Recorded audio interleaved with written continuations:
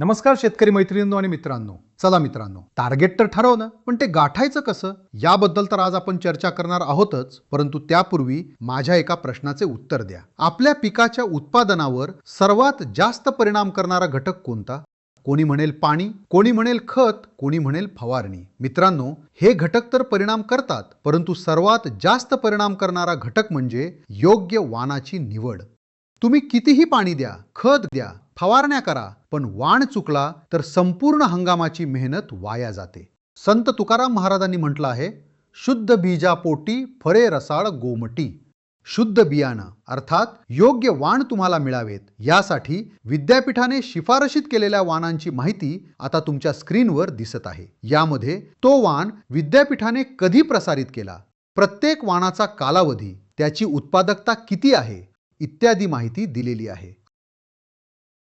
आता यापैकी नक्की कोणता वाण निवडावा असा प्रश्न तुम्हाला पडला असेल तर मित्रांनो, टेन्शन घेऊ नका. यासाठीचा एक मस्त उपाय म्हणजे फक्त 4 प्रश्न लक्षात ठेवा. हे 4 प्रश्न गटातील परिसरातील शेतकऱ्यांना विचारले की निर्णय सोपा, एकदम सोपा होऊन जातो. पहिला प्रश्न, तुमच्या भागात हे वाण येते का? अहो, एखादं वाण दुसऱ्या जिल्ह्यात किंवा विद्यापीठाच्या फार्मवर छान येत असेल, पण तुमच्या जमिनीत, तुमच्या हवामानात ते येतं का? तुमच्या तालुक्यातील जुने अनुभवी शेतकरी कोणते वाण वापरतात ते पहा. दुसरा प्रश्न, त्या वाणाची उत्पादकता खरंच किती आहे?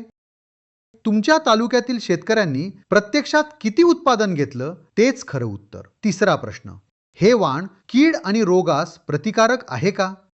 कीड आणि रोगामुळे उत्पादन घटतं आणि फवारणीचा खर्च वाढतो. त्यामुळे तुमच्या भागात जे रोग, ज्या किडी जास्त येतात त्याला तोंड देणारे वाण निवडावेत. चौथा प्रश्न, या वाणाला बाजारात चांगली मागणी आहे का? व्यापारी कोणतं वाण मागतात, कोणत्या वाणाला चांगला भाव मिळतो याचा आधीच अभ्यास करा. तर मित्रांनो, योग्य वाण निवडण्यासाठी हे 4 प्रश्न नक्की विचारा. तुमच्या भागात हे वाण येते का? त्याची खरी उत्पादकता किती?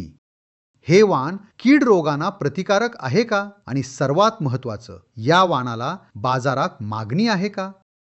मित्रांनो, आणखी एक महत्त्वाची गोष्ट, तुम्ही गटाच्या माध्यमातून एकत्र आला आहात. आता या एकजुटीचा फायदा घ्या. एकत्र निविष्ठा खरेदी सुरू करा आणि त्याची सुरुवात करा एकत्र बियाणे खरेदीपासून. एकट्याने खरेदी केली तर महाग मिळतं, गटाने खरेदी केली तर डिस्काउंट मिळतो, बचत होते, नफाही वाढतो. बचत आणि नफ्याचं मीटर आत्ताच सुरू करा, आपल्या बियाणे खरेदीपासूनच.